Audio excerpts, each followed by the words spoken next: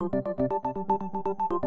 New York Times has published fascinating, previously undisclosed documents about a private contractor with billions of dollars in government contracts. These State Department memos feature a government investigator who said Blackwater had created an environment where the people who were supposed to be monitoring them have become subservient to the contractors themselves. Specifically, that Blackwater guards had gotten out of control and were acting above the law in Iraq.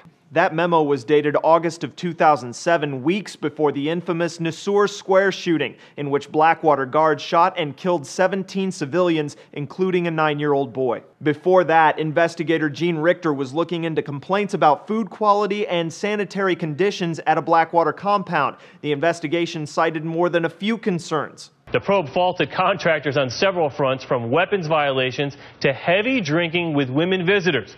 In one incident, 4 drunk guards crashed an armored vehicle on the way to a private party. On top of that, Richter reported the leader of Blackwater in Iraq, Daniel Carroll, argued Richter had no authority to investigate him. Mr. Carroll accentuated this point by stating that he could kill me at that very moment and no one could or would do anything about it, as we were in Iraq. The report also suggested Blackwater had overbilled the State Department. Despite reporting those faults and the death threat, the American embassy in Iraq ultimately sided with Blackwater and ordered the investigators to leave the country. Founded by a former Navy SEAL, Blackwater was providing security for American diplomats in Iraq at the time. Richter noted he took the threat seriously and had been told to be careful investigating the company with its bold reputation and lucrative contract. Less than a month later, that critical moment, Blackwater security detail opened fire in Newsy Square, killing 17 people. Although Blackwater reported someone fired on them first, military investigators found no evidence to support that. The fallout was immediate. Prime Minister Nouri al-Maliki demanded the U.S. terminate Blackwater's contract in Iraq and later refused to sign a treaty allowing American troops to stay in the country past 2011. Still, journalist Jeremy Scahill's book, Blackwater: The Rise of the World's Most Powerful Mercenary Army,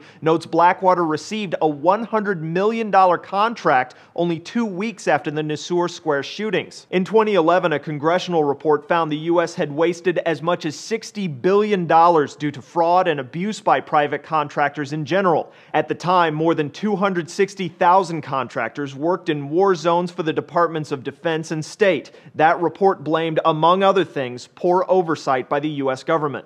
The New York Times reports a month after the shootings and 2 months after Richter reported the threat on his life, a State Department official told reporters a special panel hadn't found any evidence of contractor misconduct before the massacre.